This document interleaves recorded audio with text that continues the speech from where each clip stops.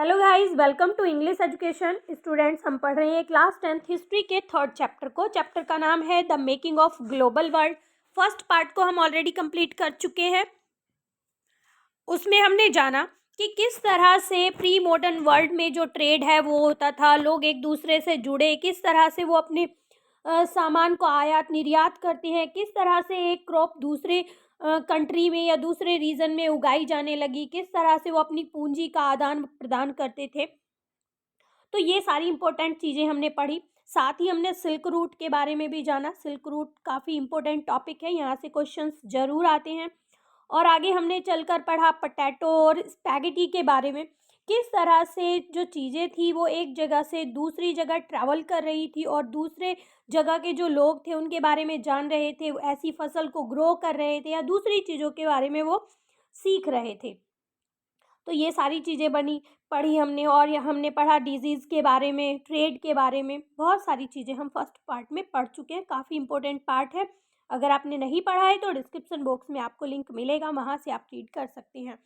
और आज हम पढ़ेंगे the 19th century. 19th century में हमने प्री मॉडर्न वर्ल्ड के बारे में जान लिया है।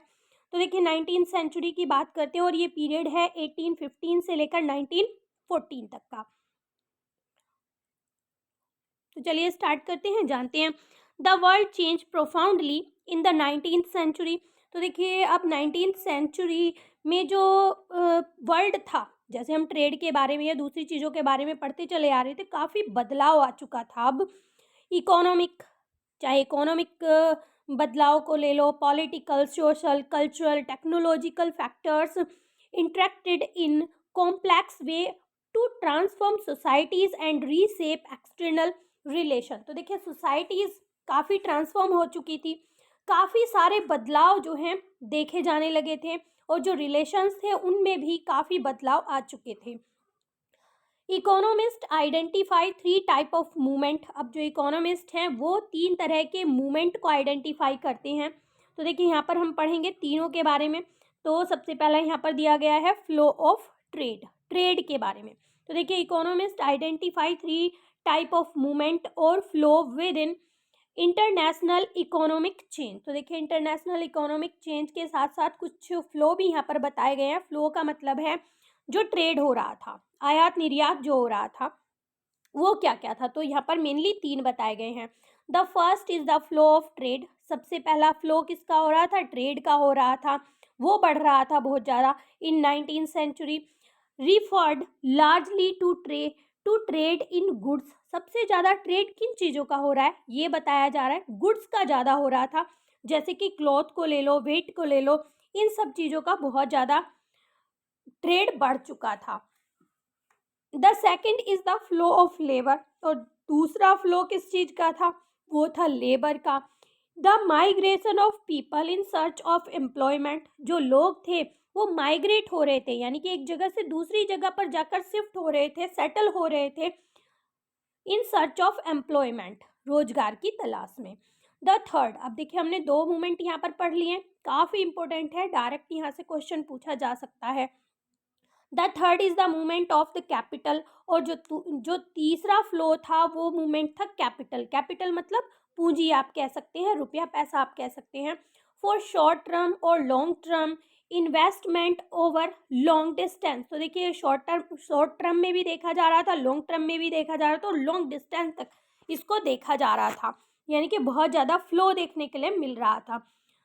All 3 flows were closely interwoven and affected people's lives more deeply now than ever before। तो देखिए अब ये जो सब फ्लोज हो रहे थे ना, 3 तरह के हमने जो फ्लोज पढ़े, ये जो हो रहे थे ये जो है लोगों को बहुत ज़्यादा प्रभावित कर रहे थे, एक दूसरे से जोड़ रहे थे। तो देखिए जो जीवन है ना वो बहुत ही ज़्यादा प्रभावित हो रहा था। The interconnection could sometime be broken। For example, labor migration was often more restricted than goods or capital flows। तो देखिए हमने 3 फ्लोज को पढ़ा था, तो यहाँ पर बताया गया है जो माइग्रेशन फ्लो था ना उसको कई बार रोक दिया जाता था। किसके कंपैरिजन में? गुड्स और कैपिटल। कैपिटल और गुड का जो पर प्रतिबंध नहीं लगाया जाता था, कई बार जो है जो माइग्रेशन होता था लोगों का इधर उधर आना जाना काम की तलाश में, उसे रोक दिया जाता था। yet it helped to understand the 19th century world economy better if we look at the three flows together. लेकिन जैसे हम तीनों फ्लोज को एक साथ देखते हैं तो हमें जो 19th सेंचुरी है उसकी इकोनॉमी के बारे में ज़्यादा पता चलता है, हम ज़्यादा समझ पाते हैं। तो चलिए जानते हैं a world economy take shape. ठीक है, किस तरह से वर्ल्ड इकोनॉमी आकार लेती है, किस तरह से रूप लेती है।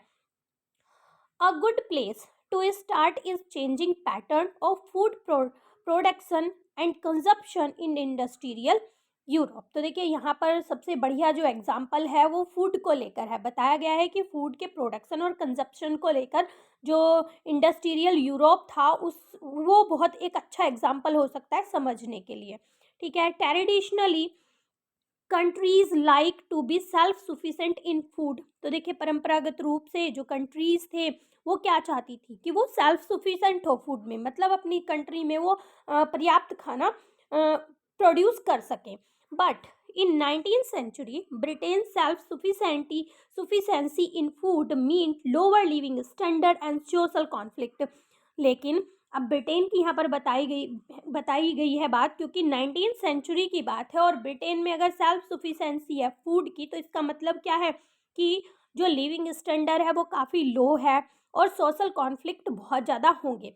वाई वाज दिस सो, और ऐसा क्यों हो रहा था ये हम जानेंगे कि लिविंग स्टैंडर्ड क्यों लो जा रहा था और जो सोशल कॉन्फ्लिक्ट थे वो क्यों हो रहे थे। पढ़ते हैं population growth from the late 18th century had increased and demand for food grains in Britain।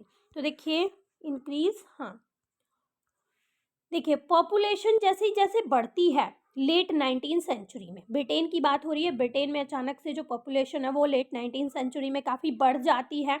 अब पॉपुलेशन बढ़ेगी तो फूड डिमांड जो है वो भी बढ़ जाती है वहाँ पर। As urban centre expanded and industries growth, जैसे जैसे अर्बन सेंटर जो हैं वो बढ़ जाते हैं और जो इंडस्ट्री हैं वो बढ़ जाती हैं। The demand for agriculture products went up, ऐसे ही एग्रीकल्चर प्रोडक्ट की जो डिमांड है वो भी बढ़ जाती है। Pushing up food grains price, और इसकी वजह से फूड ग्रेन्स के जो प्राइस थे वो भी बहुत ज़्यादा बढ़ जाते हैं। Under pressure from landed group, अब landed group the government also restricted the import of corn. तो देखिए अब ये जो लैंडेड ग्रुप था यानी कि जो ज़मीन को बो रहे थे, इनके प्रेशर में गवर्नमेंट को क्या करना पड़ा, बाहर से जो सामान इंपोर्ट होता था, ग्रेन की यहाँ पर बात हो रही है स्पेशली, उस पर रोक लगा दी गई गवर्नमेंट के द्वारा। प्रेशर कौन कर रहा था, लैंडेड ग्रुप, ये लोग प्रेशर कर रहे थे और गवर्नमेंट को इनके प्रेशर में आके ये करना पड़ा। The laws allowing the government to do this were commonly known as corn law, और इसे ही कॉर्न लॉ कहा जाता है, यानी कि बाहर से किसी भी ग्रेन मतलब अलग अलग तरह की जो फूड आइटम्स हम कह सकते हैं उन पर रोक लगाना क्या कहलाता है, कॉर्न लॉ कहलाता है। इंपॉर्टेंट है, यहाँ से एमसीक्यू वेरी शॉर्ट किसी भी तरह से क्वेश्चन पूछा जा सकता है। ठीक है, unhappy with high food prices, अब क्या हुआ, जब बाहर से सामान पे रोक लगा दी गई तो जो फूड प्राइसेस हैं वो ऑटोमेटिकली बढ़ने थे।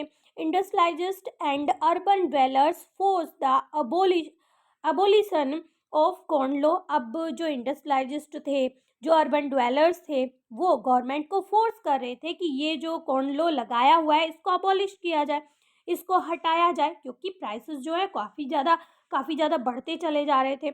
After the corn law was scraped, food could be imported into Britain more cheaply than it could be produced within the country।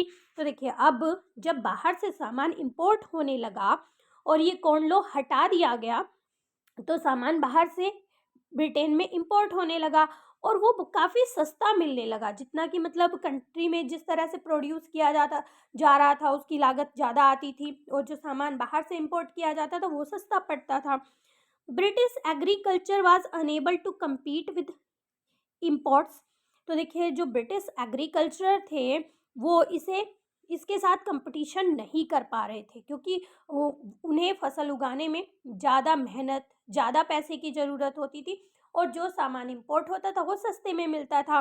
Vast areas of land were now left uncultivated, अब ऐसी situation में जो बहुत बड़ा area था land का, वो uncultivated छोड़ दिया गया, उस पर खेती बाड़ी नहीं की जा रही थी। And thousand of man and women were thrown out of work, और हजारों लोग और हजारों आदमी औरतें ऐसी थी जिनके पास काम नहीं रहा।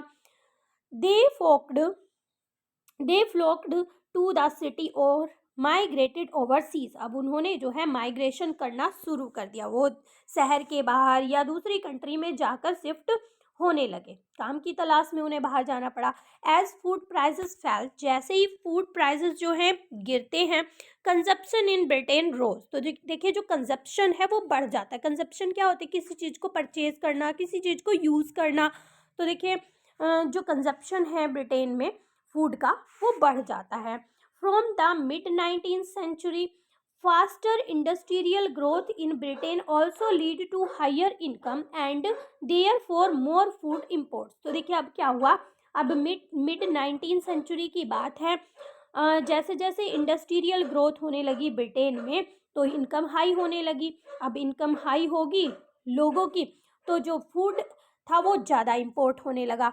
Around the world, in Eastern Europe, Russia, America and Australia, lands were cleared and food production expanded to meet the Britain demand। तो देखिए यहाँ पर कुछ कंट्रीज के नाम दिए गए हैं। अब इनमें क्या होने लगा, ये पूरे आसपास संसार की बात हो रही है, यहाँ पर लैंड को क्लियर किया जाने लगा, यानी कि जो जंगल थे, वन थे, उन्हें क्लियर किया जाने लगा और फूड प्रोडक्शन वहाँ पर होने लगा। किस चीज़ के लिए? जो ब्रिटेन था उसकी डिमांड को पूरा करने के लिए, क्योंकि यहाँ पर पॉपुलेशन बढ़ रही थी और जो इंडस्ट्रियल एरिया था वो बढ़ रहा था, उससे लोग बाहर से आकर भी वहाँ पर रह रहे थे। तो इसकी वजह से जो डिमांड थी उसे पूरा करने के लिए आसपास के एरियाज़ में, आसपास की कंट्रीज़ में फूड प्रोडक्शन होने लगा और वहाँ पर उसको भेज दिया जाता था। It was not enough merely to clear land for agriculture. केवल इतना ही काफ़ी नहीं था कि लैंड को क्लियर कर लिया जाए एग्रीकल्चर के और काम हो जाए, ऐसा नहीं था। Railways were needed to link the agriculture regions to ports. अब देखिए कोई सामान अगर ग्रो होगा और दूसरी कंट्री में जाएगा तो उसे पोर्ट से जोड़ना बहुत ज़रूरी है, उसके लिए ट्रांसपोर्टेशन की ज़रूरत होगी। तो देखिए रेलवेज की ज़रूरत पड़ी जिससे कि एग्रीकल्चर रीजन को पोर्ट से जोड़ा जा सके। New harbours had to be build, नए नए बंदरगाह बनाए गए। And old ones expanded to ship the new cargoes, और जो पुराने थे उन्हें एक्सपेंड किया गया। People had to settle on the land to bring them under cultivation, और जो लोग थे वो जो हैं लैंड पर यानी कि वहाँ पर सेटल होने लगे जिससे कि कल्टीवेशन की जा सके। This meant building homes and settlement. इसका क्या मतलब था? लोगों को सेटलमेंट भी चाहिए, लोगों को घर भी चाहिए। All these activities in turn required capital and labour. तो देखिए अब ये सारी चीज़ों को करने के लिए, कल्टीवेशन करने के लिए, अब रेलवेज बढ़ रहा है, मतलब बहुत सारी चीज़ें बढ़ने लगी। अब इन सभी एक्टिविटीज़ को करने के लिए, इन सभी कामों को करने के लिए पैसे की भी ज़रूरत होती है और श्रम की भी ज़रूरत होती है। तो देखिए capital flowed from financial centre such as London. तो देखिए लंदन जैसे कंट्री से क्या होने लगा, जो पैसा था वो फाइनेंस होने लगा, इन सबको प्रोवाइड किया जाने लगा जिससे इन ज़रूरतों को पूरा किया जा सके। The demand for labour in places where labour was in short supply as in America and Australia lead to more migration। तो देखिए इन सब चीज़ों की ज़रूरतों को पूरा करने के लिए लोग जो है ऑस्ट्रेलिया और अमेरिका में माइग्रेट होने लगे। Nearly 50 million people migrated from Europe to America and Australia. तो देखिए यहाँ पर बताया गया है लगभग 50 मिलियन लोग ऐसे थे जो यूरोप से अमेरिका और ऑस्ट्रेलिया में 19th सेंचुरी में माइग्रेट होने लगे। All over the world some 150 million are estimated to have left their home cross ocean and vast distant over land in search of better future. तो देखिए अगर पूरे संसार की बात करें तो कितना एस्टिमेट लगाया जा रहा है, 150 मिलियन की बात यहाँ पर की जा रही है। उन्होंने अपना घर छोड़ दिया, उन्होंने ओशियंस को क्रॉस किया और बहुत लंबी दूरी तय करके वो जो है अपने बेटर फ्यूचर के लिए काम की तलाश में जाने लगे। तो जैसे कि आप फिगर में यहाँ पर देख भी पा रहे हैं। Thus by 1819 the global agriculture economy had taken shape. तो देखिए इस तरह से 1819 की बात हो रही है, जो ग्लोबल एग्रीकल्चर इकोनॉमी थी उसने शेप लिया। Accompanied by complex change in labour movement, partners, Capitals movement patterns, capital flows, ecological and technology. तो देखिए काफ़ी सारी चीज़ों में बदलाव देखने के लिए मिला। लेबर मूवमेंट पैटर्न में चेंज मिला, यानी कि जो लेबर थे वो इधर से उधर मतलब रोजगार की तलाश में जाने लगे। जो पूंजी थी उसका फ्लो होने लगा। इकोलॉजिकल, टेक्नोलॉजी बहुत सारी बढ़ गई थी।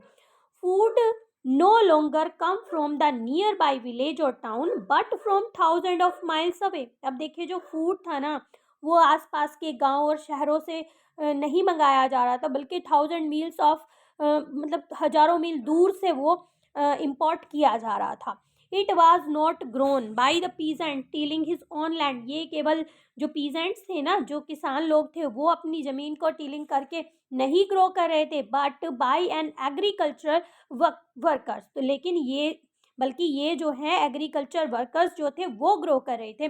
परहैप्स रिसेंटली अराइव्ड, जो अभी अभी दूसरी कंट्री से या दूसरे रीजन से आए थे, वो लोग अब टीलिंग कर रहे थे, जो पीजेंट्स थे वो नहीं कर रहे थे।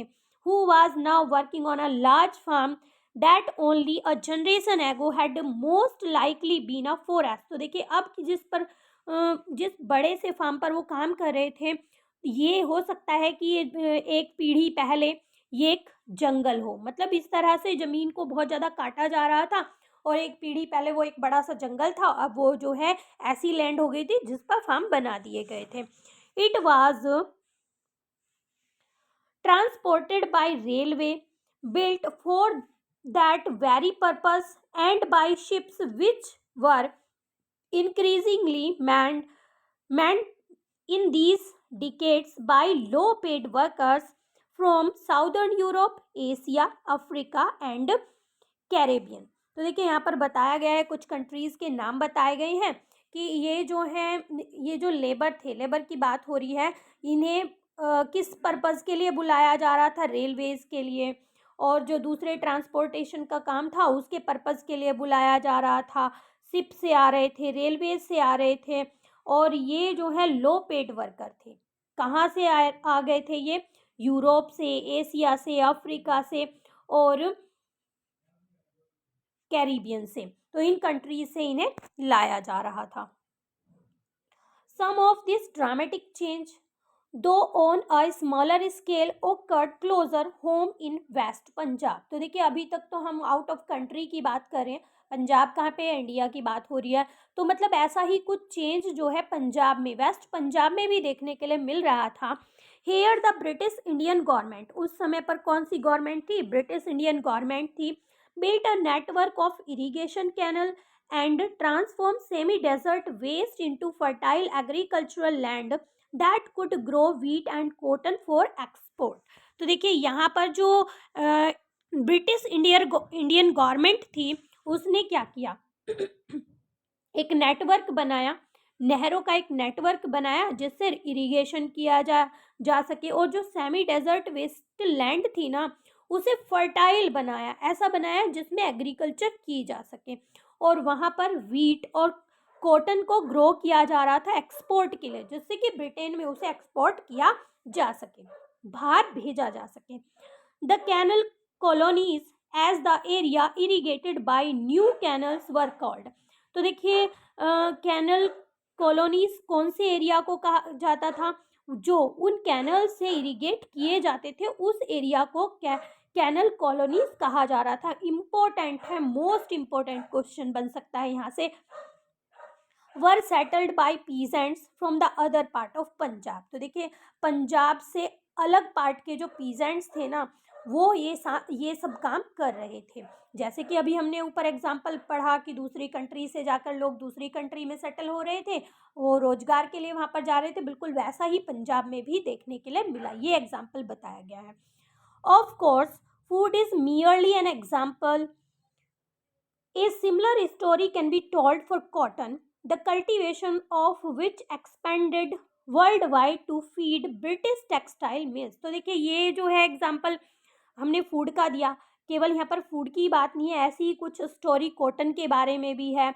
अब यहाँ पे देखिए बताया गया है जो कल्टीवेशन है कॉटन का, वो कल्टीवेशन किया गया जिससे कि जो ब्रिटिश टेक्सटाइल मिल है उनकी पूर्ति को उन्हें पूरा उनकी पूर्ति की जा सके।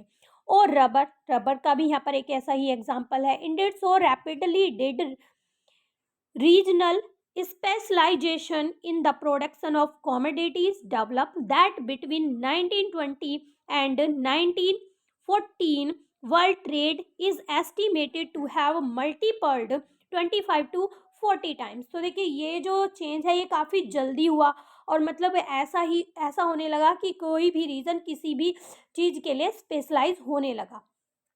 और अब बताया गया 1820 से लेकर 1914 तक क्या हुआ, बहुत ज़्यादा जो है ट्रेड बढ़ गया। कितना परसेंट बताया गया है, 25 से 40 टाइम परसेंट बढ़ गया था। Nearly 60% of this trade comprised primary product. तो देखिए जितना भी ये ट्रेड बढ़ा और जितना भी होता था उसमें जो 40% ट्रेड होता था ना वो प्राइमरी प्रोडक्ट से जुड़ा होता था। प्राइमरी प्रोडक्ट मतलब एग्रीकल्चर से जुड़ा होता था।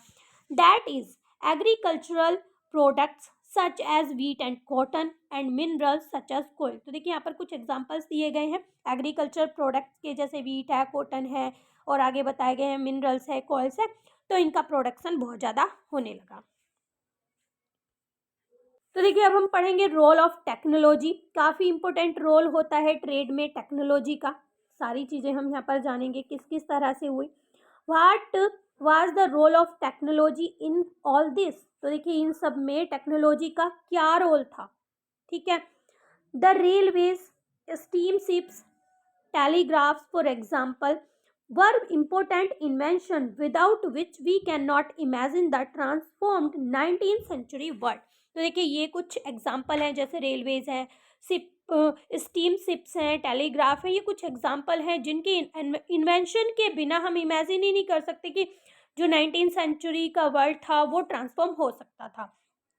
But technology advances were often the result of larger social, political and economical factor। अब देखिए टेक्नोलॉजी जब बढ़ती है, टेक्नोलॉजी का जब एडवांसमेंट होता है तो देखिए यहाँ पर कुछ और रिजल्ट भी हमें देखने के लिए मिलते हैं, जैसे सोशल, पॉलिटिकल एंड इकोनॉमिक। ये सारे फैक्टर्स भी देखने के लिए मिलते हैं, इन पे भी जरूर कुछ ना कुछ असर होता है। तो देखिए for example colonization stimulated new investment and improvement in transport. Faster railways, lighter wagons, larger ship helped move food more cheaply and quickly from far away farms to final market।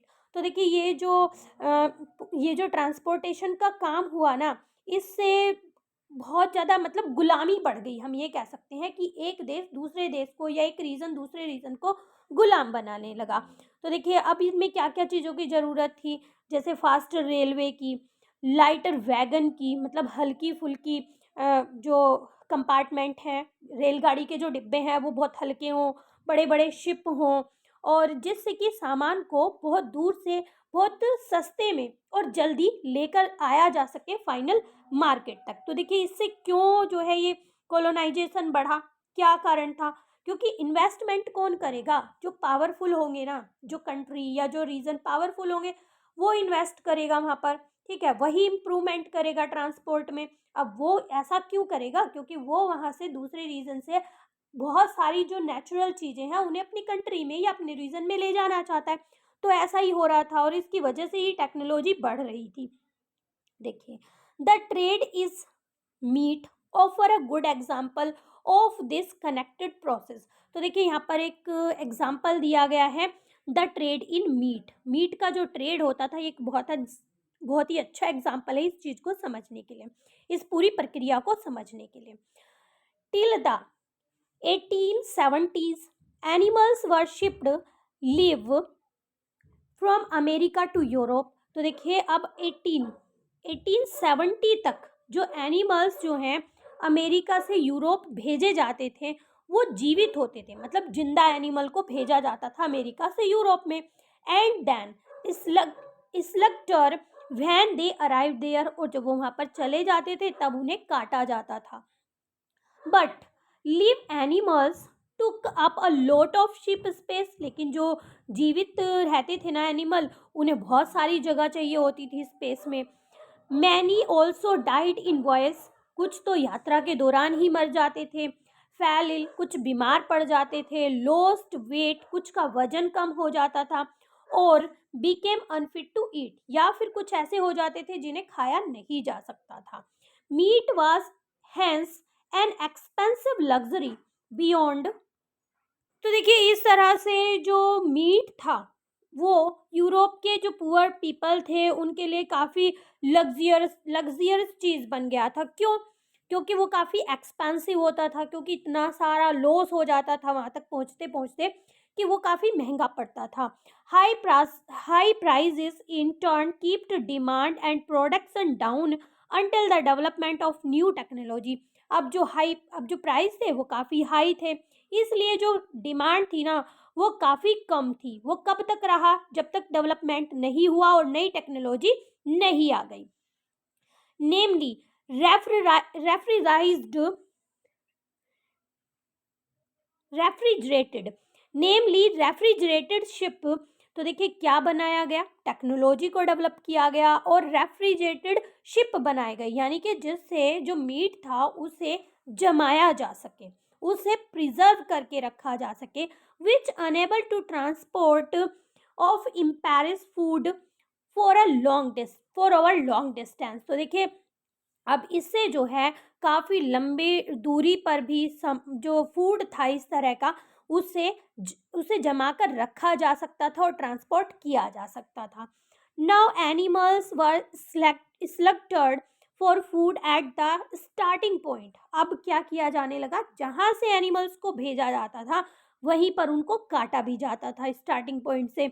In America, Australia and New Zealand, मतलब ऐसी जगह से meet को export किया जाता था। तो देखिए वहीं पर उन्हें उस एनिमल को काटा जाता था and then transported to Europe as frozen meat, और फिर ट्रांसपोर्ट किया जाता था यूरोप को उस फ्रोजन मीट को।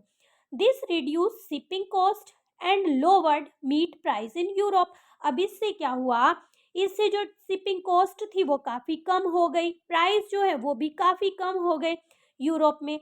The poor in Europe could now consume a more varied diet. अब जो यूरोप के गरीब लोग थे ना वो भी अलग अलग तरह की डाइट लेने लगे थे। To the earlier monotony of bread and potatoes many though not all could now add meat, जिसमें butter eggs to their diet. अब जो लोग थे ना वो क्या करते थे? पहले जो लोग ब्रेड पर, पोटैटोज पर ही रहते थे, उन पर ही उनका अधिकार था। अब वो जो है अपनी डाइट में मीट को, बटर को, एग को भी इंक्लूड करने लगे थे। Better live condition promoted social peace within the country and support for imperialism abroad. तो देखिए अब क्या हुआ? इस तरह से जब लोगों की कंडीशन में सुधार आने लगा तो सामाजिक शांति बढ़ गई देश में, और वो क्या करने लगे? दूसरे देश पर, अब दूसरे देश पर अपनी नजरें रखने लगे, यानी कि उनको गुलाम बनाने की सोचने लगे। जब सुनी है ना ये कहावत, जब आदमी का पेट ज़्यादा भरा हो ना तो उसे ज़्यादा चर्बी चढ़ जाती है, बिल्कुल वही वाली कंडीशन थी। अब वो उनका पेट अच्छे से भरने लगा था तो वो अब दूसरे देशों को गुलाम बनाने की सोच रहे थे। तो देखिए यहीं पर थर्ड पार्ट भी पढ़ लेते हैं। Late 19th century colonies. तो देखिए अब हम पढ़ेंगे कि किस तरह से ये जो गुलामी का सिलसिला चला ना ये कैसे हुआ। Trade flourished and market expanded in late 19th century. अब जो ट्रेड था वो बहुत ज़्यादा पनप रहा था, जो मार्केट थे वो बहुत ज़्यादा बढ़ रहे थे लेट 19th सेंचुरी में।